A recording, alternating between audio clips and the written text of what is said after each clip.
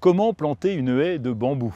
Alors, pour être tranquille sur notre terrasse, on a envie de mettre une haie de beaux bambous. On a choisi des Philostachys, qui sont des bambous très denses, qui vont faire un bel écran vert tout au long de l'année. Il peut monter très haut, il peut aller jusqu'à 10 mètres de haut.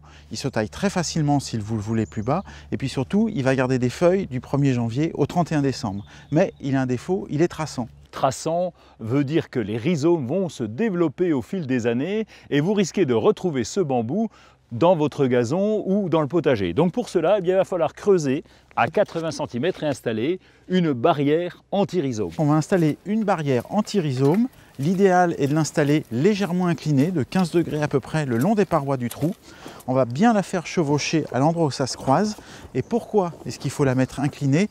Parce que les racines, en poussant, vont remonter et il suffira, quand elles arrivent en haut, de les trancher à la bêche. Si on avait mis la barrière trop verticale ou comme ça, les racines se seraient enfoncées, seraient passées en dessous éventuellement et seraient ressorties plus loin. Alors maintenant que la bâche est installée, en prenant soin de faire chevaucher les différentes parties d'environ 40 cm pour éviter que les rhizomes ne se faufilent, eh bien on va la caler avec de la terre. On va capter la hauteur, il faut que le pot dépasse légèrement du niveau de la terre. Est-ce qu'on ne rajouterait pas l'amendement à ce moment-là? Bonne idée. Parce qu'il faut bien enrichir la terre pour le bambou. Allez, nous allons placer nos bambous de 80 cm à 1 mètre.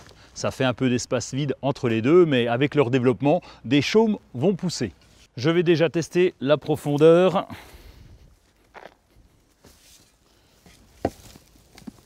Alors voilà, on est pas mal, on est à niveau. On va rajouter à peine de terre et ensuite on pourra les installer tous les 4 pour tester notre espacement. Alors voilà les rhizomes dont on parle, qui vont se développer si on n'a pas la bâche de protection. Bon, voilà, il est prêt pour la plantation. Pendant que Pierre-Adrien va le maintenir bien droit, eh bien, je vais rajouter de la terre. L'idéal avant la plantation, c'est de bien tremper la motte dans de l'eau, de façon à ce que les racines soient détrempées. Il est important de bien tasser la terre autour du bambou, parce qu'il a une bonne prise au vent. Et au premier coup de vent, si la terre n'est pas bien tassée, il va bouger, il va basculer. Une fois la plantation terminée, n'oubliez pas d'arroser copieusement, les bambous adorent l'eau. Et pendant qu'on est dans le terrassement, eh bien, vous pouvez en profiter pour installer un arrosage intégré ou un arrosage goutte à goutte. Et si vous voulez faire une haie sur votre terrasse, eh bien c'est possible. Vous la planterez en pot et vous choisirez des bambous Fargesia.